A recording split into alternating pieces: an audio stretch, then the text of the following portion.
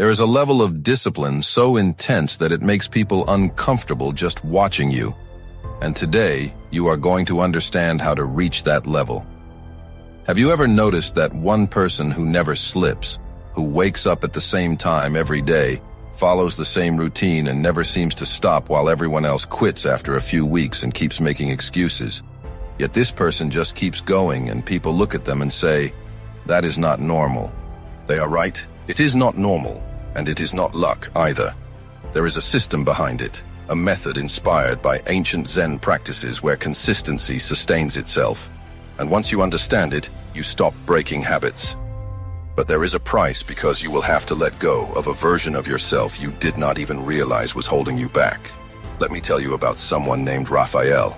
Raphael was smart, successful, and capable, but completely inconsistent.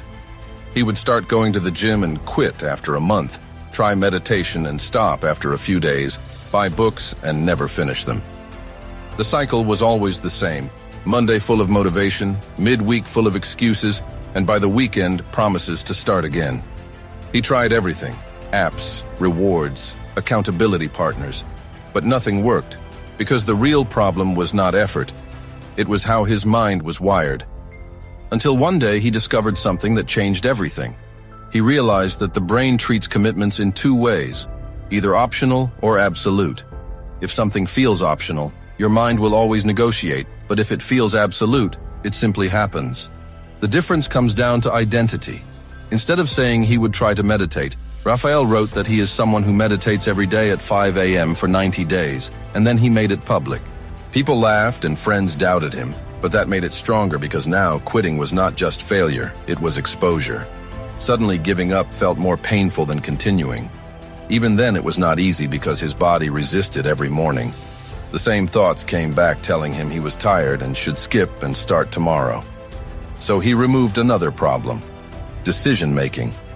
He locked his schedule at 5 a.m. every single day with no variation, not because it was perfect, but because it removes excuses. The first week was a struggle, the second week was adjustment, and by the third week, his body started moving before his mind even argued. But then another problem appeared. He stopped questioning when and started questioning what. Some days he meditated, some days he read, some days he exercised, and his brain found a new loophole. So he removed that as well by fixing the exact routine. Same actions in the same order every day with no variation. It felt boring, but that was the point. Discipline grows through repetition, not excitement. This is where most people fail because they think consistency means perfection. If they miss a day, they start over. If they feel tired, they skip. This creates gaps, and gaps are where old habits return. Instead, he followed one rule. Never break the chain, but reduce the effort if needed. If he was sick, he did less. If he was busy, he did the minimum. If he was traveling, he adapted, but he never stopped. Stopping resets identity while continuing strengthens it.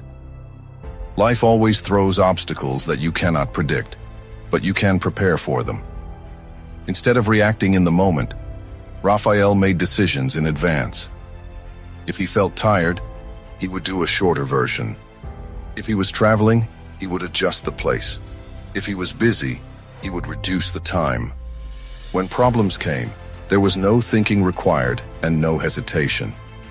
Hesitation is where discipline usually breaks. After 90 days, something changed. It was no longer about effort because his body simply followed the routine without resistance. People noticed and started calling him extreme and obsessive, saying that normal people do not live like that. But that did not matter because normal people get average results, and he was no longer aiming for average. The truth is, discipline is not about forcing yourself every day. It is about becoming someone who no longer has a choice.